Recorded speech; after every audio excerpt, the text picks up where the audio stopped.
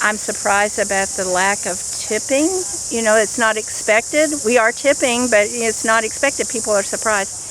I tipped in Sydney, and then people told me that I didn't have to and stuff like that. But I still gave them a tip, just not as big as I usually do. Food prices seem to be pretty high at the moment, as they are globally. New Zealand's not much difference on service-wise as a lot of other places, just because, you know, people are having a hard time getting people to come back to work. We love the exchange rate with the US dollar. I mean, that is fantastic. Some things I find expensive and some things I think, oh, no. I mean, $5 for a coffee is cheap. Yeah. We are so surprised that the museums and the botanical gardens, we went to Wellington yesterday, are free. One thing surprised me. The price of books. Oh, yes. That really did. Just paperbacks. You're talking hardback cover prices from home. I'll tell you what is surprising me. This total reliance on those little squares and magic phones. And I think they forget that perhaps not 150% of the population or the visitors or anybody else has a magic phone that can read little squares with little squares inside it. And the free Wi-Fi. I think that's amazing too for the whole city. Yes. Yeah, we went to a second-hand bookshop and there was, I don't know whether you've read it, I've forgotten about this, I have no idea who the author is, The Tattooist of Auschwitz. And it's a sequel. It's at the second-hand bookshop. It is quite a large book, but it was paperback.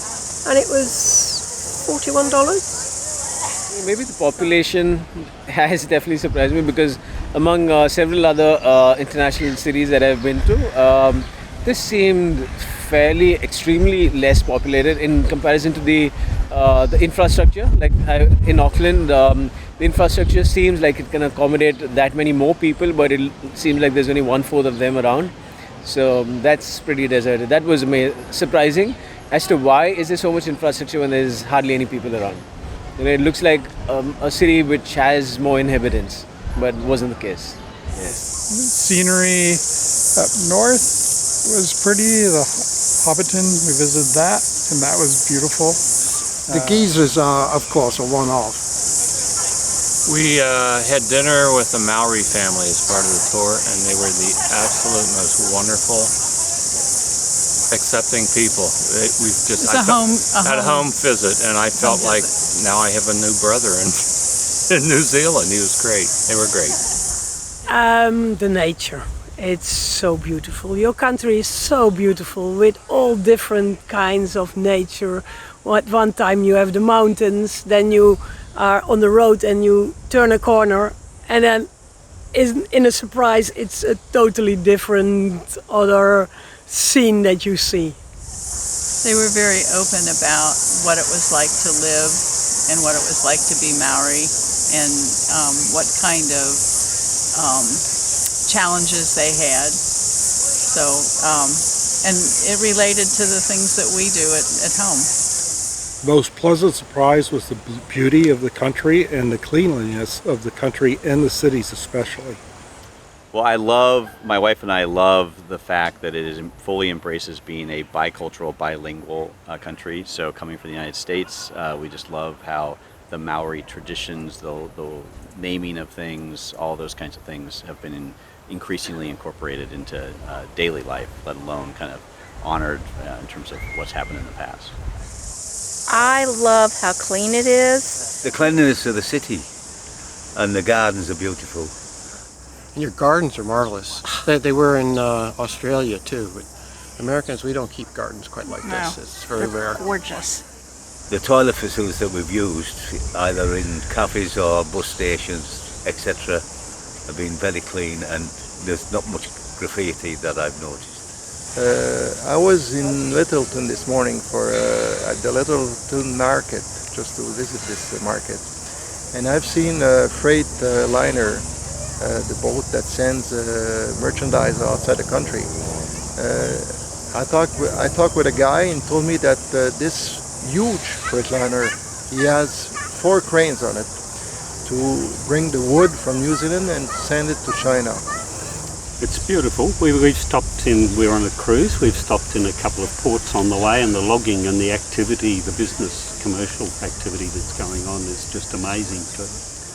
I don't have anything against China, but as a Canadian, I remember the past experience we had to sell our wood.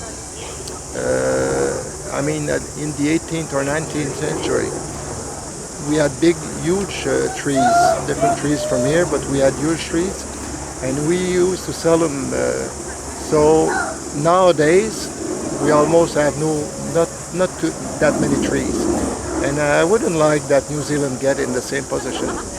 I'm surprised at the amount of building that's going on, and you know, the refurbishment after the earthquakes. Everyone seemed to be really busy in getting all the buildings back, you know, probably not as how they used to be, but you know, everyone's working hard to get things as they were, but of course they can't always be, you know, as they used to be.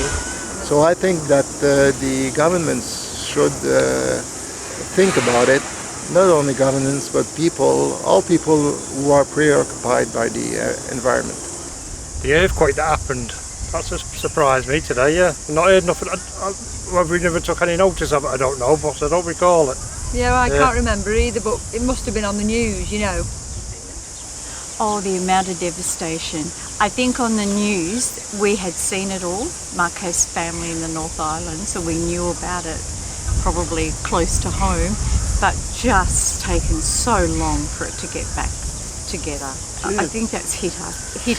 In fact, we were here in Christchurch before the earthquake, and then we came back 2 years after the earthquake, and to be honest, we couldn't take a photograph. We were so disappointed at the damage that had been done.